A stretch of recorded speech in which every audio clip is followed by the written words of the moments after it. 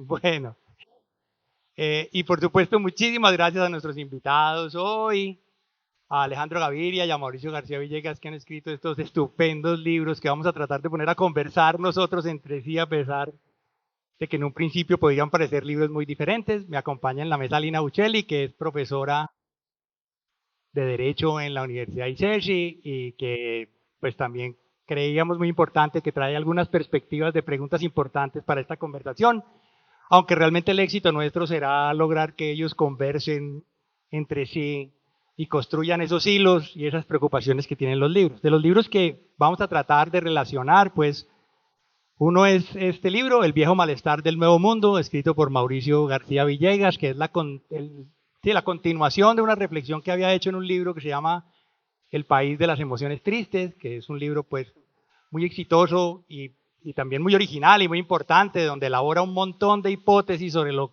cómo pensar las emociones, en particular las emociones tristes, que llamaba Spinoza, y lo que esos arreglos emocionales le hacen no a las personas, sino a los países. En este libro extiende esa reflexión a América Latina. Es un libro que se vende, creo que viene de gira, ¿no? Viene de gira por América Latina de presentar el libro. Es un libro, pues también como el otro, muy original, muy desafiante y muy novedoso en algunas de sus hipótesis que vamos a discutir hoy. El libro de Alejandro, que es el libro anterior al que publicó hace poco, eh, es una historia pues muy conmovedora, muy linda y muy bien contada de un viaje que no realizó Stefan Zweig a Colombia y de los hilos que eso teje con otros personajes que se relacionan con Colombia. Y es un libro hecho con muchísima sensibilidad por el autor, por su sufrimiento en este exilio americano. Eh, y bueno, entonces parecerían libros muy distintos, pero en realidad tienen muchas cosas que los aunan. Y yo quisiera decir una, y es que ambos son reflexiones muy potentes sobre el presente y sobre el poder del humanismo para enfrentar las locuras o al menos las dificultades del presente que nos asisten. Y, y esa, digamos, ese compromiso común que tienen los autores, tienen, digamos, un mismo tono filosófico, si se me permite la expresión, una misma sensibilidad política y moral, a pesar de las diferencias. Y entonces sobre esa primera hay muchísimas más similitudes. Vamos a irlas encontrando, pero en principio yo quisiera, para arrancar y darle rápido la palabra a los invitados, que habláramos sobre ese tema. Alejandro hace un desarrollo muy importante del humanismo por resistencia a partir de varias ideas, pero hay una en particular que es la unidad del espíritu humano, ¿no? Y basado en unas conferencias y en unas reflexiones de Stefan Zweig. Y Mauricio hace una reflexión importantísima sobre la unidad del pueblo latinoamericano, ¿sí? Entonces yo quisiera ver si podemos encontrar, si desarrollamos esas ideas, a ver si vamos encontrando coincidencias sobre esa idea de las experiencias comunes que tenemos y la potencia que eso tenga para pensar los temas y las dificultades del momento. Muy buenas tardes o noches, tardes a todos y todas. Gracias, Jerónimo. Muchas gracias por la invitación. Un placer compartir con todos esta conversación. Yo voy a plantear, Mauricio, como una primera idea. Yo creo que el libro mío es sobre una dimensión temporal del humanismo o de ciertos valores, de cierta forma de entender el mundo. El de Mauricio es una dimensión que tiene un eje que es ortogonal, no tanto temporal, sino geográfica. Yo hablo de una época, Mauricio también, pero Mauricio habla sobre todo de una región. Y yo quiero describir esa época. Este libro tiene este título, No espero hacer ese viaje, iba a tener otro título. Se iba a llamar Una época de locura. E iba a hacer referencia a la época de locura de la Segunda Guerra Mundial. Y eso que me pregunta Jerónimo sobre la unidad espiritual del ser humano tiene como un contexto histórico, hace parte de esta historia. Stefan Zweig, el escritor quizás más leído de su momento, desterrado de su país y desterrado quizás también de cualquier forma de esperanza, sale primero para Londres y después sale para América, Mauricio, en busca de una utopía espiritual, en busca de dejar atrás la locura europea. Y hace una conferencia en Río y después en un español que había aprendido la carrera en medio de los barcos, sabía hablar italiano, su madre era italiana, en Argentina. Y la conferencia tenía ese título, La unidad o la fraternidad espiritual del ser humano. y lo hace en medio de la guerra, y lo hace en medio de la locura, lo hace en medio de la destrucción de su mundo, y lo hace con esta idea, que la humanidad, de cuando en cuando, en algunos momentos, se enloquece. La humanidad olvida esa unidad espiritual. Y la vida de los seres humanos en el mundo entra en la locura, en particular en la locura de la guerra. Y él la hacía con una tristeza que fue la que la llevó al suicidio, porque él había escrito 3 libros sobre humanistas, por lo menos los 3 que tengo presentes.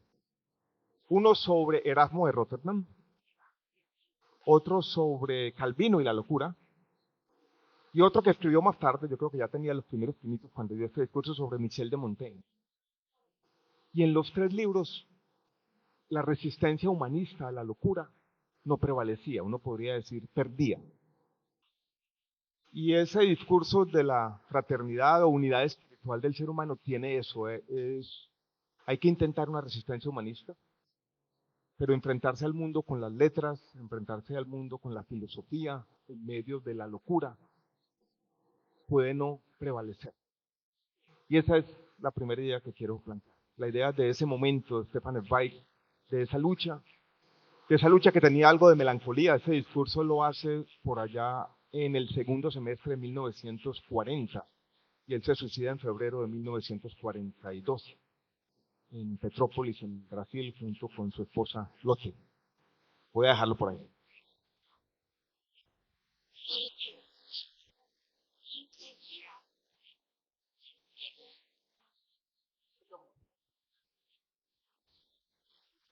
No, decía que en estos 2 libros muchos autores que admiramos, muchas ideas también que admiramos. Y puede haber enfoques distintos.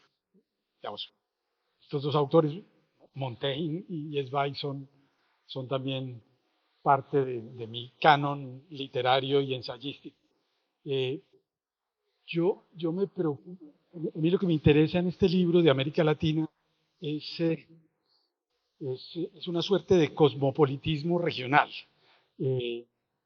Yo tengo dificultades para escoger una teoría política a la cual adhiero, pero si yo tuviera que escoger alguna filosofía política con la cual no tengo ninguna duda de mi admiración, es el cosmopolitismo, que es una filosofía muy, muy antigua, que ha sido muy difícil de llevar a cabo. Y esa unidad espiritual del mundo es una parte muy bonita que trata Alejandro en la última parte del libro. La idea que yo tengo en este libro es que América Latina es un solo pueblo, más aún, para decirlo más técnicamente, es una sola nación, pueblo asentado en un mismo territorio, con un pasado común, con un presente común y con unas esperanzas y unos ideales comunes para el futuro. Es un solo pueblo. Lo que pasa es que por causas de la vida política es un pueblo fragmentado, dividido en muy distintos territorios por esas fronteras imaginarias que son las fronteras jurídicas. Y yo lo que creo es que eso es una lástima. Y esta idea de que somos un solo pueblo y esta idea del americanismo, pues yo no me la estoy inventando. Esa idea existía antes, existió cuando los jesuitas fueron expulsados de América Latina y todos se fueron a Europa, y desde Europa empezaron a escribir sobre las maravillas del pueblo americano y de los indígenas y de la naturaleza y en fin. Y después cuando Humboldt pasó por esos territorios y después con las independencias, con las nuevas repúblicas, muchos de los líderes de las independencias, empezando por Bolívar, eran americanistas. Y después con muchos intelectuales en el siglo XIX, don Andrés Bello, Martí, desde luego Enrique Rodó y muchos otros. Entonces es una idea vieja, pero es una idea que paradójicamente, a pesar de todo lo que nos une nos une el consumismo y el mercado, es una idea extraviada, me parece a mí, en la historia, para nuestro pesar, creo yo. Y yo creo que es una idea que hay que recuperar. Una de las cosas que yo quiero hacer en este libro, en esta época en la que se habla tanto de las desuniones, de lo que nos diferencia, de tantos grupúsculos que hay ahora en esta cosa de identity politics, de lo distintos que somos, de las identidades tribales que predominan en todas partes. Ahora lo vemos en España, incluso en Europa. A mí me interesa pensar cómo todo lo que nos une y que hemos olvidado que nos une. Y entonces yo creo que el Homo sapiens es una sola cosa. Yo siempre he dicho que yo me siento más paisa que colombiano, pero más latinoamericano que paisa.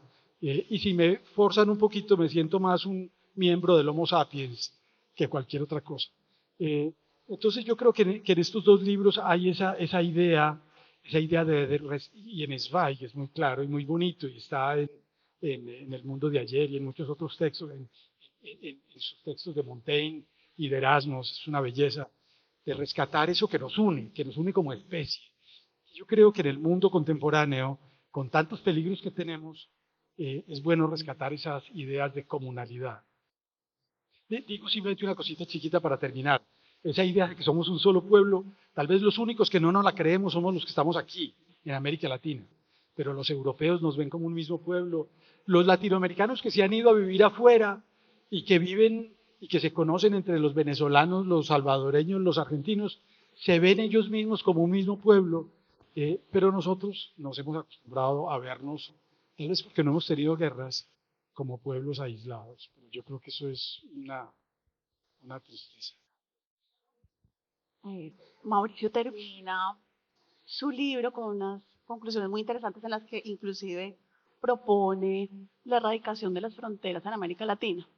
La última vez que Mauricio propuso algo en un libro fue en Abogados sin Reglas, que fue el examen obligatorio para los abogados, y se lo copió el Consejo Superior de la Judicatura. Entonces vamos a ver quién le copia esta idea de abolir las fronteras. Pero justo, ¿me escuchan? Aquí. Perfecto.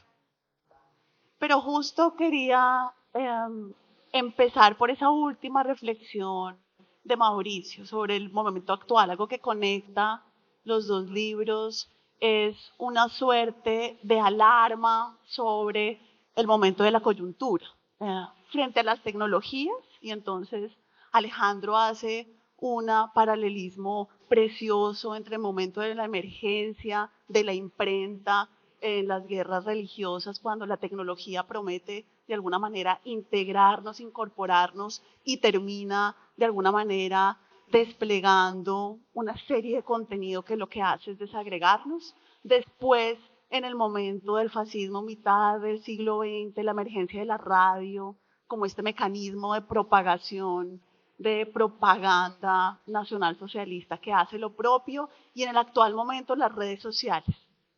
Alejandro dice un poco la posverdad es prefascismo, que es algo que usted leyó en algún lado y no se acuerda. Y frente a, de alguna manera, frente a esa alarma, está de alguna manera el humanismo como salvación. Y el humanismo como esa convergencia, ya Mauricio lo ha explicado bien, como esa intención ilustrada de generar una abstracción universal que pueda conectarnos a todos y a todas. Pero nosotros estamos en el Pacífico. Cali se está levantando todavía de la emergencia de una de las resistencias ciudadanas más importantes de este siglo y de los últimos tiempos, el estallido social. Y una de las cosas que se reivindicaba aquí en esta ciudad 3 años antes parecía conectar poco con lo que ustedes dos están proponiendo, ¿cierto? Por un lado está la política de la identidad, la política situada, la identidad decolonial. Hay muchas de nosotras como personas que han sido excluidas de pactos universales. Y pensaba muchísimo en esa figura de Otto Altmann, que es la esposa de Zweig, invisible para él mismo, ¿cierto? Preocupado por la unidad del espíritu, pero en muchos momentos incapaz de ver la injusticia que albergaba con su propia esposa, quien no nombra en ninguna de las biografías. Era además su secretaria, quien transcribía, quien organizaba la logística de su mundo, de las conferencias que dispersaba. quien está tristemente invisibilizada, como las mujeres de muchos intelectuales de la época de la historia. Entonces, por un lado está esa pregunta por la política de la identidad, ya Mauricio lo puso, el Walkman, podemos nombrar de distintas maneras.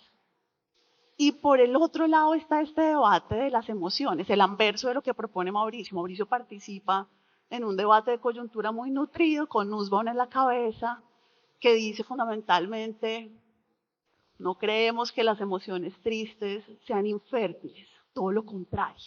Creemos que en las emociones tristes o ese despojo de las emociones es una pulsión estoica que nos condenó a un racionalismo y deberíamos abrazar la rabia, abrazar el delirio, abrazar la ira, como de alguna manera elementos que conectan la acción colectiva, lo dice Laura Quintana, pero lo han dicho varios intelectuales caleños explicando de alguna manera o tratando de explicar lo que sucedió con el estallido social. ¿Cómo abrazar esas tensiones?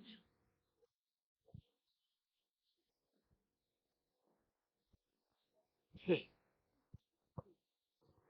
No, a ver, tal vez valga la pena explicar un poco la idea de emociones tristes. Spinoza, un filósofo reivindicado hoy en día como tal vez el precursor de la modernidad, un filósofo de mediados del siglo XVII, de origen portugués, expulsado de una manera violenta de la comunidad judía por escribir cosas que no se ajustaban al canon o a la heterodoxia de su comunidad, con un temperamento muy eh, parecido al de Erasmo, creo yo, tranquilo y digamos que le huía a polémicas alebrestadas que no conducían sino al desencuentro. Él decía además, la vida está hecha de encuentros y uno lo que tiene que hacer es tener buenos encuentros. Entonces un mal encuentro es comerse un plato que tiene una parte del plato envenenada, eso es un pésimo encuentro.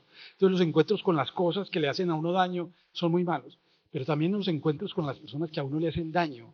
Y esas personas que le hacen daño, pensaba él, eran las que le exacerbaban esas emociones tristes, que son cuáles: el odio, la venganza, el resentimiento, la ira, la envidia. Él decía, esas emociones hay que tratar de limitarlas, es imposible anularlas, pero hay que tratar de limitarlas porque muchas veces uno sale perdiendo, es como un boomerang que se vuelve contra uno, eso lo decía Borges además, como que el odio termina afectando más al que siente el odio que al afectado por el odio mismo, como un veneno que uno se toma creyendo que el otro es el que se va a envenenar cuando el que se envenena era uno. En fin, pero bueno, lo que quiero decir con eso es, esto es una problemática griega, además los griegos, la Ilíada empieza así: ¿cómo es posible que estas venganzas nos hayan llevado a tantos crímenes y a tantas pasiones y a tanta tragedia? Ellos mismos eran muy conscientes de eso, y muy conscientes de que no podían eliminar esas pasiones tristes, que había que controlarlas, moderarlas, matizarlas. Entonces, este libro mío no es como he oído decir yo en alguna de las críticas, que está contra las pasiones, contra el odio, la rabia, el resentimiento. Muchas veces ese odio, rabia y resentimiento son legítimos. La envidia puede ser legítima en algunas ocasiones. No es acabar con eso, sino ponerle racionalidad. Yo lo que creo es que vivimos en una época demasiado emocional. No solamente demasiado tribal, sino demasiado emocional. Las emociones se han idolatrado. Por ahí está esa caricatura, una caricatura del New Yorker, de un niño que la maestra le pide que salga al tablero y haga una suma, 2 más 2. Entonces el niño sale y pone 5. Y la profesora le dice, no, pero apenas somos así, esa suma está mal hecha. Y entonces el niño le responde, pues eso es lo que usted piensa, pero eso es lo que yo siento. Con esa lógica, que es una lógica muy de movimientos tribales, que es una lógica que ha ampliado el trauma. Que ya el trauma no solamente es físico, sino que tú no puedes confrontarme a mí porque yo tengo una cosmovisión del mundo distinto, y si tú con tu mundo, que es distinto al mío, me confrontas, estás atentando contra mi dignidad. Yo creo que eso es muy perjudicial. Yo creo que la idolatría de las emociones nos está llevando por un mundo demasiado pasional, demasiado poco racional, demasiado dogmático, demasiado polarizado. Desde luego hay razones para uno rebelarse y para uno indignarse.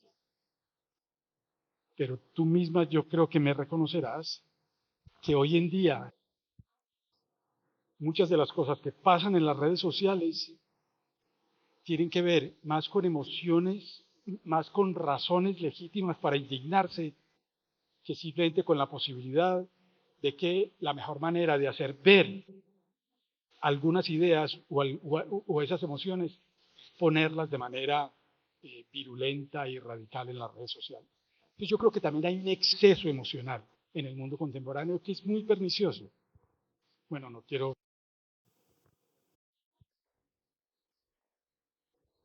A mí me gusta decir, Mauricio, que la indignación no sustituye el pensamiento. Puede ser importante, pero no lo sustituye. Yo quiero contar un poquito la historia esta que mencionó Lina y Jerónimo, de la época de locura, que es como la afinidad esencial que está en este libro. Stefan Zweig, el último libro que escribió fue esa biografía intelectual de Michel de Montaigne. Es un libro de 80 páginas. Lo dejó escrito sobre su escritorio, nunca se lo alcanzó a mandar a sus editores.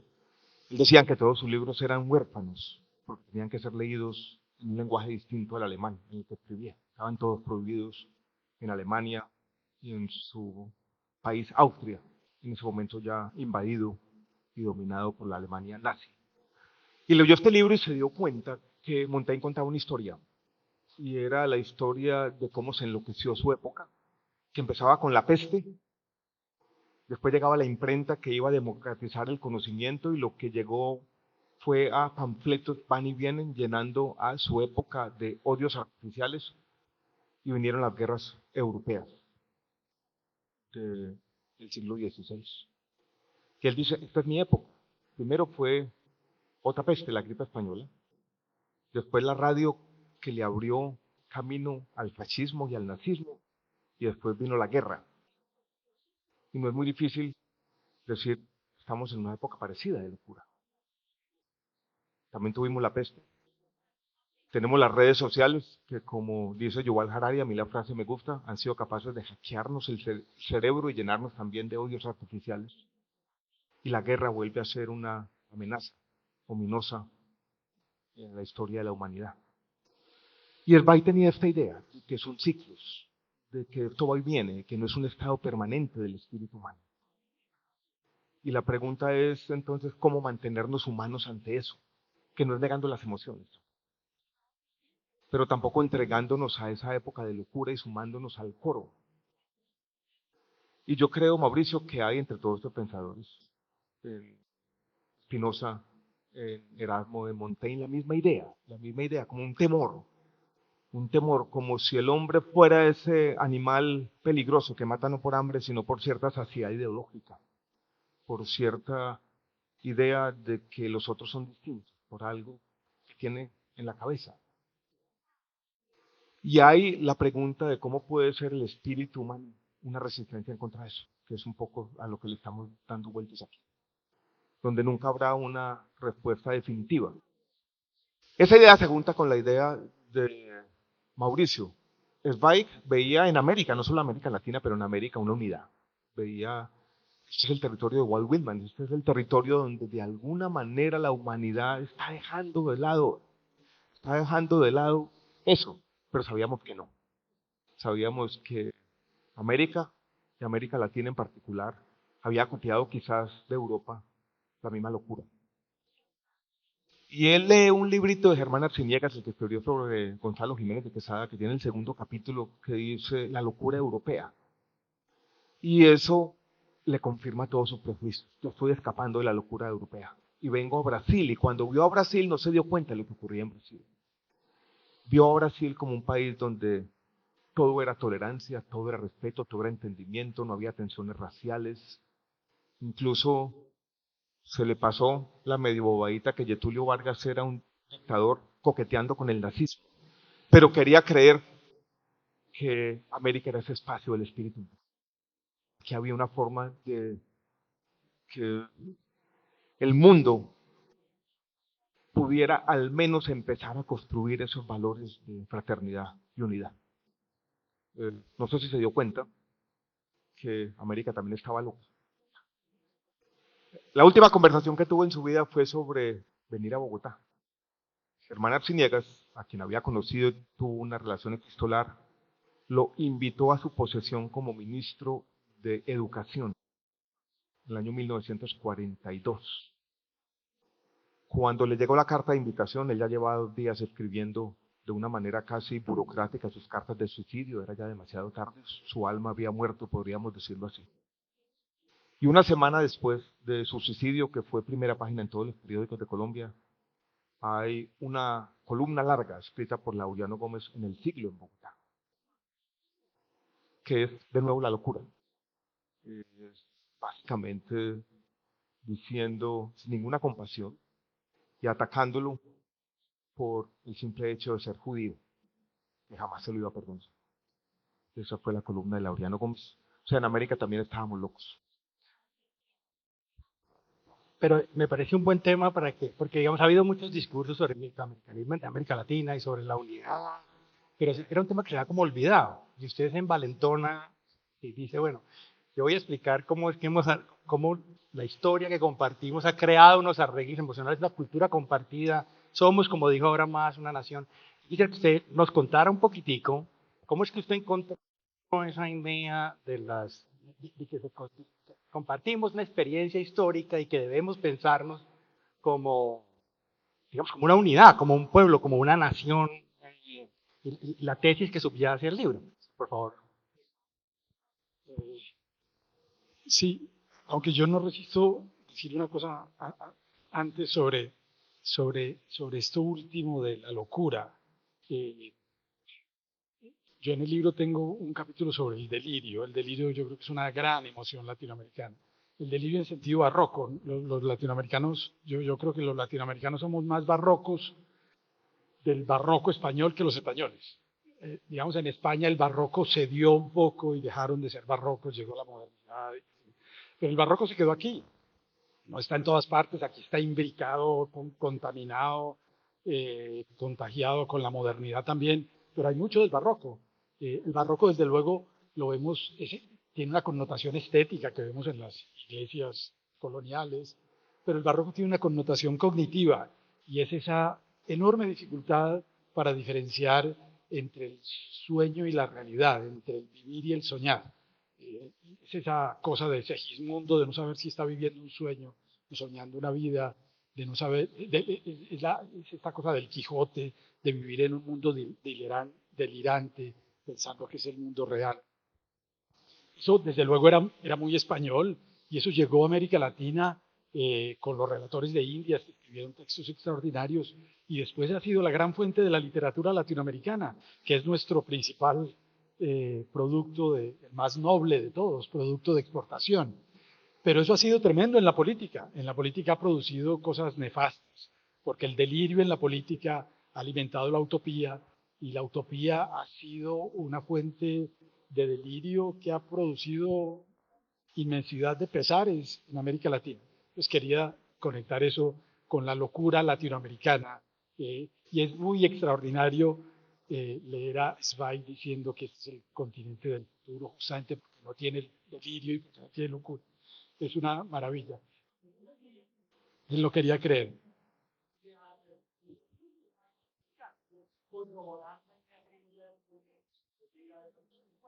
Exacto. Sí.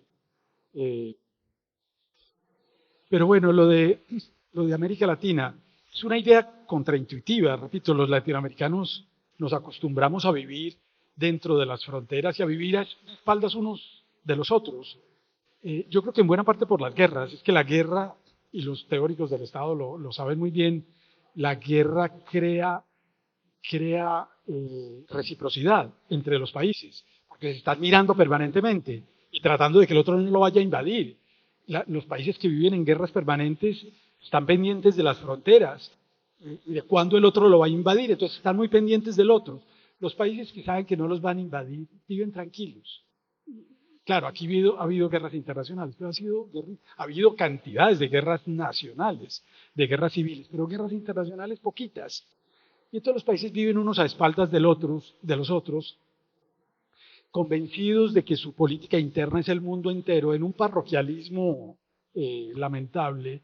Y entonces cada país vive en ese mundillo y nos hemos olvidado de que esto como yo digo, la misma nación. Y la prueba de eso es que tenemos los mismos problemas, la misma concepción de la familia, problemas, pues ni se diga, problemas de subestimación de lo público, problemas de corrupción, problemas de clientelismo político, en todas partes, problemas de ineficiencia del Estado, problemas de falta de ciencia en el Estado, que Alejandro en este libro, pero sobre todo en los libros anteriores, ha tratado en detalle, que a mí también me interesa mucho. Tenemos la misma concepción de la familia, tenemos la misma concepción de lo privado y de lo público, de lo que es justo y de lo que es injusto, de lo que vale la pena y de lo que no vale la pena. Tenemos una misma visión del mundo y por eso somos una misma nación, fragmentada.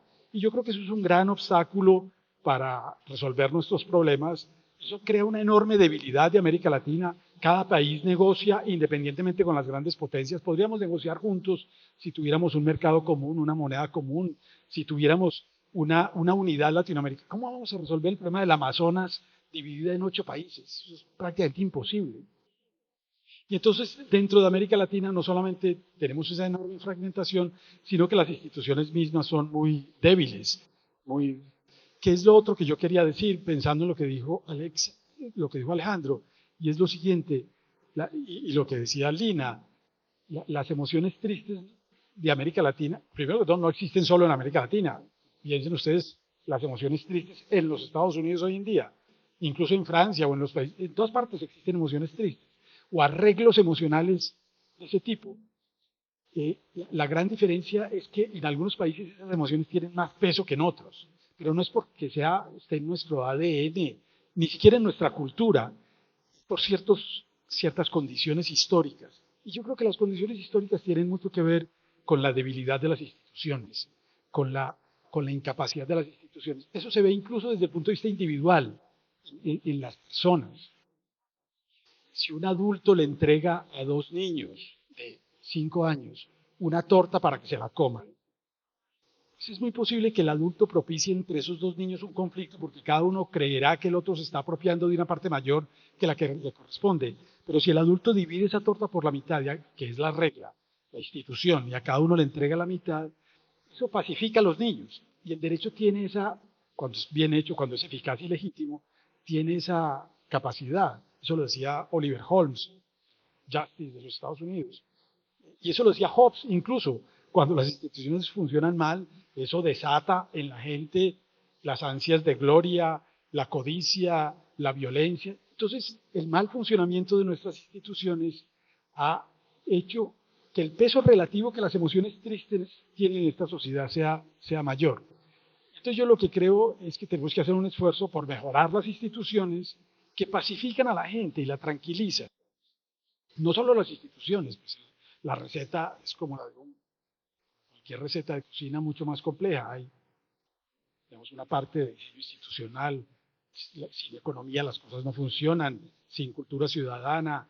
Pero yo creo que parte de ese arreglo, Jerónimo, es la unidad latinoamericana.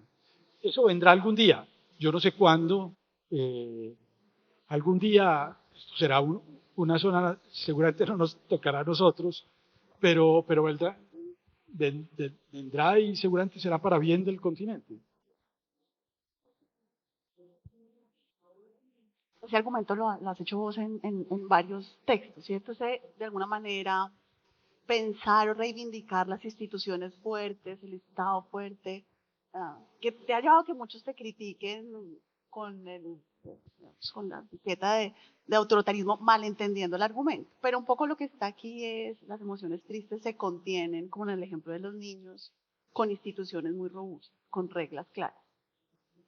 Y yo soy abogada, no puedo evitar simpatizar con ese argumento.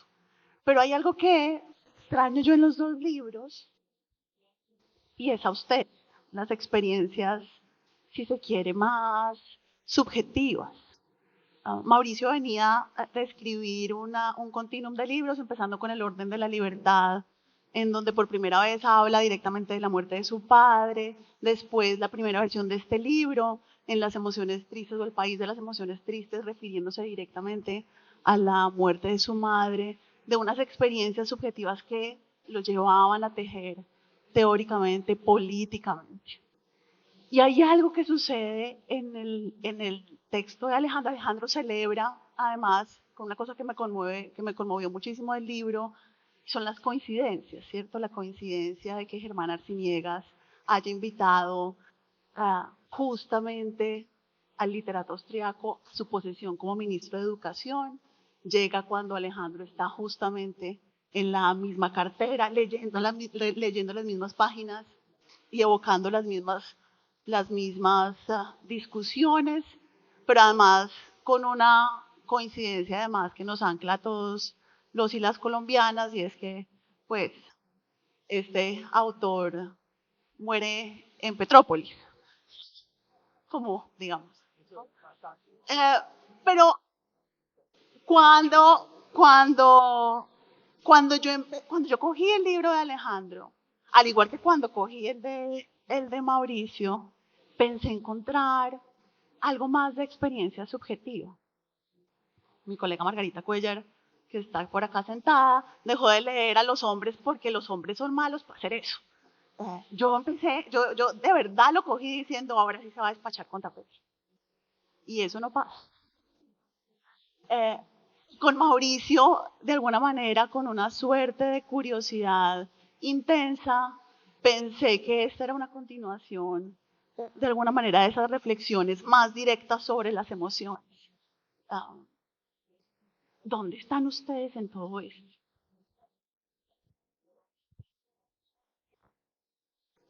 Está escondido, pero está. Está escondido, está escondido.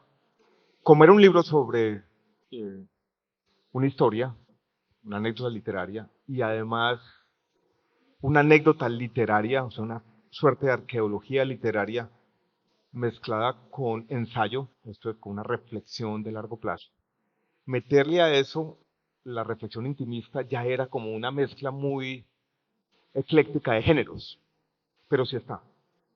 Yo terminé de escribir este libro en un momento, era en el momento en que yo había terminado la campaña presidencial, ahí lo escribí, desde ese momento en que termina, yo había dejado la investigación hecha y que decido ser ministro de Educación. O sea, yo incluso le puse la fecha 29 de julio de 2022 en la introducción, porque sabía que el libro iba a salir en octubre, para que no empezaran a decir, este se puso a escribir libros y no a ser ministro de Educación. Entonces yo dije, me voy a curar en salud porque la gente jode mucho. Entonces puse 29 de julio de 2022. Pero sí hay una reflexión, Lina, íntima. Y hay una reflexión íntima sobre volver a ser ministro y volver a meterme un poco a la función pública con lo que es agobiante. Y está en el siguiente punto. Está en el segundo capítulo, cuando yo me doy cuenta que había una parte de esta anécdota donde se volvía a generar una conexión. Y era cuando Stefan Zweig le vuelve a su mejor amigo, un periodista berlinés, este señor Ernst Feder, los ensayos de Montaigne. Él le manda una carta al cuñado de Zweig y le cuenta en esa carta que había una frase subrayada en los ensayos de Montaigne. Y esa frase subrayada es donde yo me vi reflejado y donde estoy yo directamente. Y era un mensaje que yo me estaba dando a mí mismo. Y la frase subrayada decía lo siguiente: uno se presta a los demás, pero solo se entrega a uno mismo. Y yo dije, yo voy a entrar de nuevo a esta locura de ser un funcionario, que es difícil, y esto, además voy a entrar en una especie de tensión ideológica, por decirlo con un eufemismo. Y me voy a decir eso casi todos los días o todas las semanas. Yo me voy a prestar a los demás, pero yo ya pasé por una enfermedad grave, está mi familia, hay otra vida más allá de la política. Y esta es una reflexión que había hecho Michel de Montaigne sobre su vida como político. que era agobiante. Y él recomendaba cierto desapego. Él decía, uno puede ser, que es una gran contradicción aparentemente hoy en día, no entregarse de todo. Hay mucho de retórica de la acción y del exhibicionismo de trabajar, trabajar y trabajar cuando uno es funcionario. Incluso los espacios de reflexión no son bien vistos. Cuando alguien está en el escritorio sentado, le dice, váyase y conéctese. Pero era eso. Ahí entro yo, entro como persona, entro ese momento, entro como funcionario en ciernes, entra esa parte de la historia. También estoy yo cuando yo al final de cada capítulo hago una lista de lecturas, pues son mis libros, es mi biblioteca, es lo que me gusta leer, hay pedacitos donde dejo ver algo, el narrador deja ver una parte donde no es la máscara de quien está escribiendo una historia y trata de ser más o menos impersonal y trata de utilizar el lenguaje de un ensayista. Quisiera decir eso, que ahí sí estoy. Sí, yo también creo que estoy, y esta pregunta de Lina nunca me la habían hecho, nunca alguien había dicho, pero ¿por qué no aparece el autor? Yo fui académico muchos años, hice cosas de sociología jurídica, intenté hacerlo con las reglas del mundo académico, del rigor propio del mundo académico, con citas, respaldos empíricos, etcétera. Pero eso lo abandoné hace rato. Y eso es otra cosa en la que yo creo que Alejandro y yo tenemos un gusto parecido, es en el aprecio por el ensayo. Yo creo que hay que hacer buenos textos académicos, sin duda, son fundamentales, pero yo creo que en América Latina y particularmente en Colombia hace mucha falta que académicos se dediquen a explicar lo que saben como académicos, pero desde el punto de vista del ensayo, involucrándose ellos mismos. Yo creo eso hace rato. Yo fui educado en una tradición muy francesa. Yo tengo todavía colegas en Francia que usan la primera persona del plural texto. No hablan de yo, ni mucho menos, ni siquiera en un neutral, hablan en nosotros. Entonces nosotros escribimos este libro con este propósito. Y esa idea también tiene su belleza. Es una idea muy racionalista, muy francesa. Y es decir, hay que esconder el sujeto tiene que estar detrás, el sujeto no puede aparecer. Usted lo que tiene que hacer es tratar de escribir algo que sea independiente de usted, universal, que valga en todos los contextos y en todas partes. Pues yo intento hoy en día hacer lo contrario, que es un poco lo de Montaigne, es decir, involucrarme con el sujeto, y por eso yo hablo de mi familia, de mi infancia, de mis dudas. En este último libro a veces digo que tal vez lo que estoy diciendo es una bobada y debería echarme para atrás, dudo, hay veces que digo, de esto estoy más o menos seguro, pero de esto otro no tengo ni idea. Yo creo que en el texto está el autor. Y podría ser más, pero eso no es fácil, porque digamos, hay una frontera muy compleja, muy sutil y tal vez muy delgada, en donde uno puede pasar del ensayo, digamos, en donde el sujeto sea una ilustración para hacer más llamativa la idea, a la, al esnovismo o a la ridiculez o a la charlatanería, y esa frontera es difícil mantenerla y no pasarse al otro lado. Entonces hay que hacerlo con cierta prudencia, ¿no? Digamos, el ensayo tiene sus técnicas y sus maneras de decir las cosas, pero, pero yo hago todo lo posible porque el sujeto que soy yo, con mis dudas, mi vulnerabilidad, mi incapacidad, algunas certezas, aparezca y aparezca casi que desnudamente.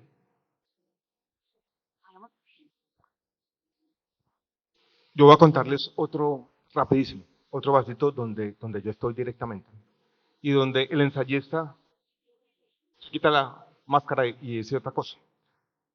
Esta gráfica que no alcanzan a ver muy bien, que podemos ver ahí, es un grabado de Franz Maserel, que era el mejor amigo de Stefan Zweig. Él le consiguió una visa para que viniera a vivir a Bogotá. No pudo llegar, estaba en el sur de Francia, creo que no quiso venir. Y yo tenía un libro de grabados de él, que lo conseguí, de Franz Maserel, y yo estoy escribiendo ese capítulo sobre esa otra conexión con Colombia, y veo ese libro de grabados, y miro hacia atrás, y yo tenía unas litografías de Beatriz González, y eran las mismas. Eran las mismas imágenes de la guerra, las mismas imágenes de los desplazados, personas con sus hijos a sus espaldas, sus paquetes, caminando sin rumbo. Y yo ahí me salgo, y yo cuento eso, estoy escribiendo, este es el ensayo, y mire lo que me pasa. Entonces, sí me gusta, Lina, por momentos, dejar la voz del ensayista y asumir una voz personal. Pero como bien dice Mauricio, estamos hablando ya un poco de técnicas de escribir, ese ensimismamiento, cuando uno ya habla de sí mismo y lo que le está pasando en ese mismo momento de escribir, eso hay que manejarlo con cautela, porque si no se produce una mezcla muy heterogénea de los diferentes estilos. Pero sí me gusta eso, me pareció muy interesante la pregunta, tampoco nunca me la habían hecho. Bueno, estamos a punto de cerrar, pero podríamos hacer unas preguntas del público, recoger 2 o 3 para que haya participación. Si alguien tiene, yo tengo una, si no hay participación la hago yo, pero si alguien quiere participar, quiere hacer una pregunta, perdóneme. Les pido que sean corticas, podemos recoger unas 2 o 3, que sean corticas y... Gracias, buenas tardes. Alejandro, una cosita específica sobre cuando leímos el libro, pero también el podcast, tuvimos la oportunidad de escuchar un poco sobre la ampliación. Siempre se nos plantea el tema de la locura como una temporalidad, pero ¿no será también que es que esa locura no es una temporalidad, sino que es la constante? Es decir, hoy, por las redes sociales y demás, podemos saber que siempre en algún momento o en algún punto del planeta esa locura está presente. O sea que no es algo temporal que pasa cada tanto, sino que realmente es algo que sucede, y esa forma del humanismo no es la forma de sobrevivir a ello, sino que es la cara B de ese problema. Y a Mauricio, respecto al actual gobierno y esa filosofía que tiene muy similar de traer ese momento, ese pacto latinoamericano, ¿encuentras allí, desde lo que escribes, alguna similitud? Voy a recoger una sola más. ¿Alguien más? Una. Entonces no. Ah, que no entendieron la verdad. Es que frente a la postura que tienes de que somos un mismo pueblo en Latinoamérica y la idea de cómo construir un mismo camino conjunto, ¿crees que hay una postura similar frente al actual gobierno en cuanto a esa postura? Liderar una sola Latinoamérica, un solo pueblo, el tema de resolver los problemas de la Amazonía, es decir, ¿te sientes identificado con ello?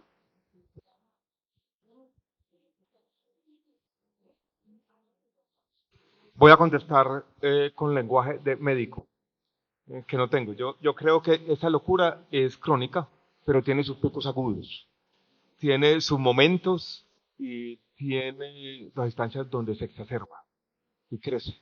Entonces yo creo que las dos cosas, una y la otra, están presentes, pero hay una propensión. Yo creo que si hay una vulnerabilidad en el espíritu humano, ya Mauricio lo ha dicho una y otra vez, yo creo que es algo que está con nosotros, quizás que viene de... Hay una frase que me gusta de Fernando Bollejo, tiene un ensayo sobre la muerte, que dice: la evolución o el Dios o el que hizo esta cosa, el ser humano, es un maestro de obra muy chambón.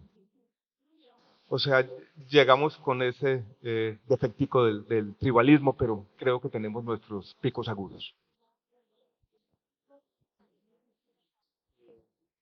Bueno, y a mí me escogieron para que yo respondiera a la pregunta política. No entiendo por qué. No, yo no soy un experto. Yo creo que sí hay una buena intención latinoamericanista en el actual gobierno.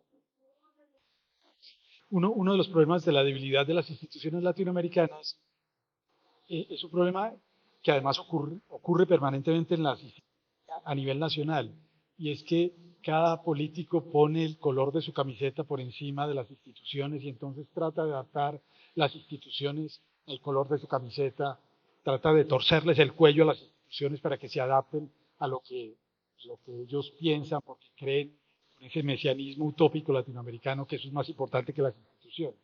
Rescatar la mayor importancia de las instituciones sobre las ideas políticas. Una de las cosas tremendas en América Latina es que la política invade todo. No hay espacios no políticos. Por eso, ese es otro acuerdo que yo tengo en mi libro con los de Alejandro, hay que rescatar, yo creo que la ciencia y la poesía, que no son politizables. La ciencia y la poesía son dos espacios que deberíamos rescatar.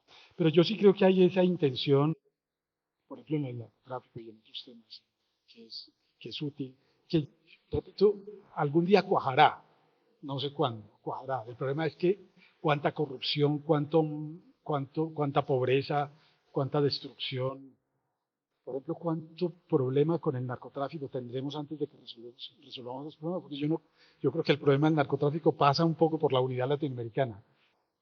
Ya estamos en mora de que todo el continente se oponga un poco a esta política prohibicionista, que ha sido un desastre, pero eso cada país por sí solo no lo puede hacer.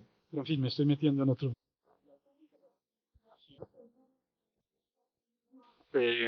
Yo tengo otra camiseta que he tenido en otra distancia, que es la de economista, ¿no? Uno de los momentos más emotivos que yo he visto de la unidad latinoamericana muy reciente en Colombia de las últimas semanas fue cuando la selección Colombia de fútbol femenino le ganó a Alemania y había un locutor brasilero emocionado hasta las lágrimas por ese partido. Y era evidente que hay en algo adentro esa unidad. Pero Mauricio, la economía conspira contra eso. Nuestras formas de interacción con el mundo, la forma como nos insertamos en la economía global, el tipo de intercambio que hacemos entre nosotros, la incapacidad de tener ni siquiera una unión monetaria, sino unas zonas de libre comercio más o menos organizadas, la incapacidad de haber avanzado en ese tema económico, yo creo que conspira mucho contra la unidad latinoamericana. Yo creo que ese sería como el primer paso para ir construyendo una unidad de verdad. Antes de venir,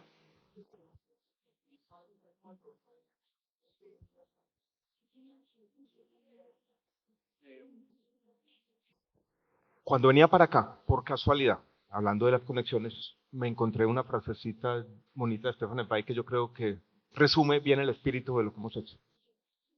Sabe que cada época escoge siempre a un grupo de desdichados para descargar sobre ellos el odio colectivo represado.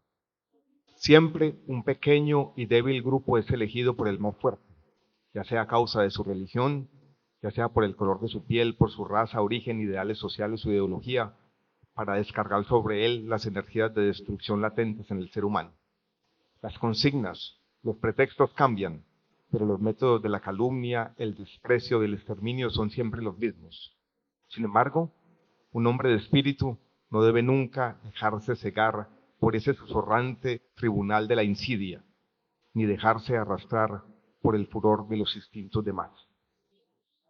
Yo creo que eso es la vulnerabilidad del ser humano y la resistencia humanista, es descrita por Stefan Zweig de manera sucinta pero magistral en su ensayo de Castellio contra Hegel. Bueno, les agradecemos a todos y a todas por haber venido, a los ponentes por estar, a Lina por acompañarnos con sus preguntas. Muy recomendados los libros, de verdad, no solamente son una experiencia deliciosa de leer porque están escritos magníficamente, sino que dan un montón de cosas que pensar, así que muchas gracias. Yo una cosita muy pequeña para cerrar un poco en reacción a tu pregunta y porque esto puede invitar a la lectura del texto. Yo encontré y le contaba a Jerónimo unas convergencias muy interesantes entre estos dos libros y una columna que se escribe Luciana Cadagia, pues que es esta intelectual petrista, que se llama Insistir, Resistir y Persistir, en donde básicamente construye un argumento en contra de la política de la identidad diciendo que es lo mismo que los nacionalismos europeos. Y le cae toda la parte de Francia Márquez del petrismo con toda criticándolo. Pero es una manera de exponer algo que ella denomina el populismo republicano. Ojalá que la encontres ahorita, porque le pega mucho a lo que estabas diciendo.